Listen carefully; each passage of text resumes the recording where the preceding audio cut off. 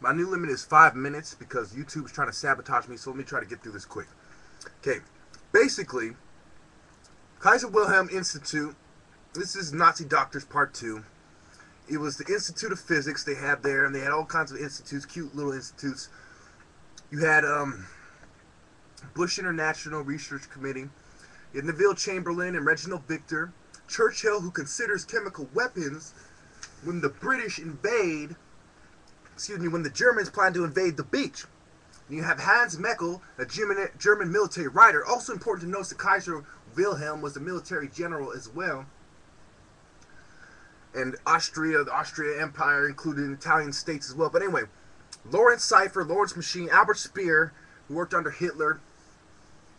He's a key figure as well. Walter Gerlach, I don't have time to explain everything. So Heisenberg, working on bomb, claimed to be working on cosmic rays, so he misled them as to what he was doing.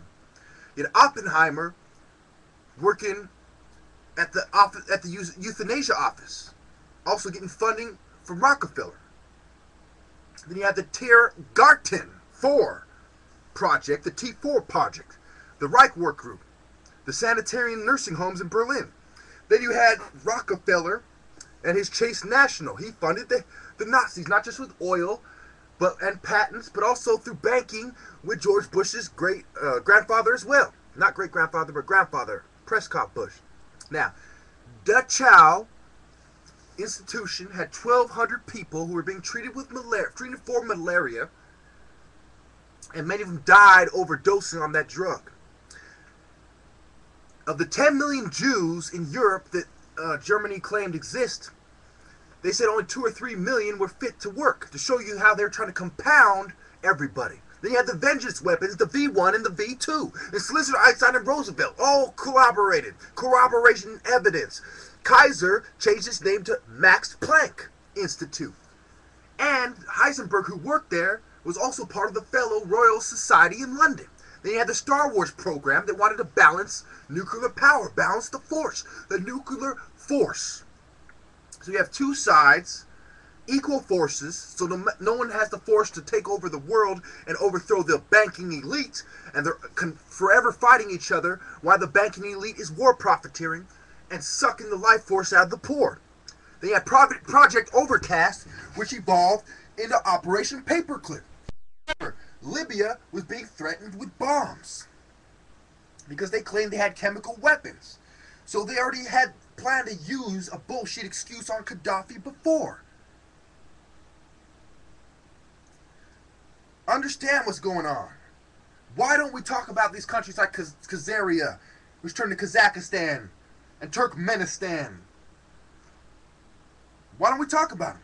Why child soldiers in Liberia and Charles Taylor and Sierra Leone? Why don't they talk about the blood diamonds like that movie? Why isn't it taught in your history class? Why is only people interested in Africa aware of stuff like that? Because they want you to look at it from their point of view, which is inferior to mine. All points of view are inferior to mine, period. Because when I was 2 years old, I knew what was going on. When I was 5 years old, I was complaining about what's going on. When I was 15 years old, they made me a political prisoner for not wanting to follow the rules of scum after I had been supervised by scum like Mrs. Sullivan. Look at those Zionist scum right there. Imagine them in motherfucking judges' outfits, standing up giving a speech as the leader of a nation, a doctor's suit, because that's who the conspirators are. They're the respectable members of society that practice nepotism, giving each other jobs without proper skills, experience, and merit. Scum. Scheming, colluding, plotting, conspiring. Think I'm playing with you. What they're doing right now, Skull and Bones, same serious look on, same devil look on the face. Why would you take a picture if you're in the same group and not be smiling?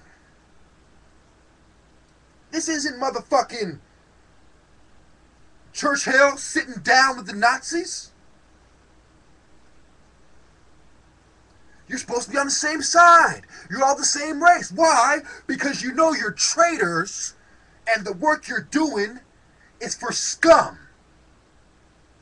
And you're just hoping deep inside that nobody will notice.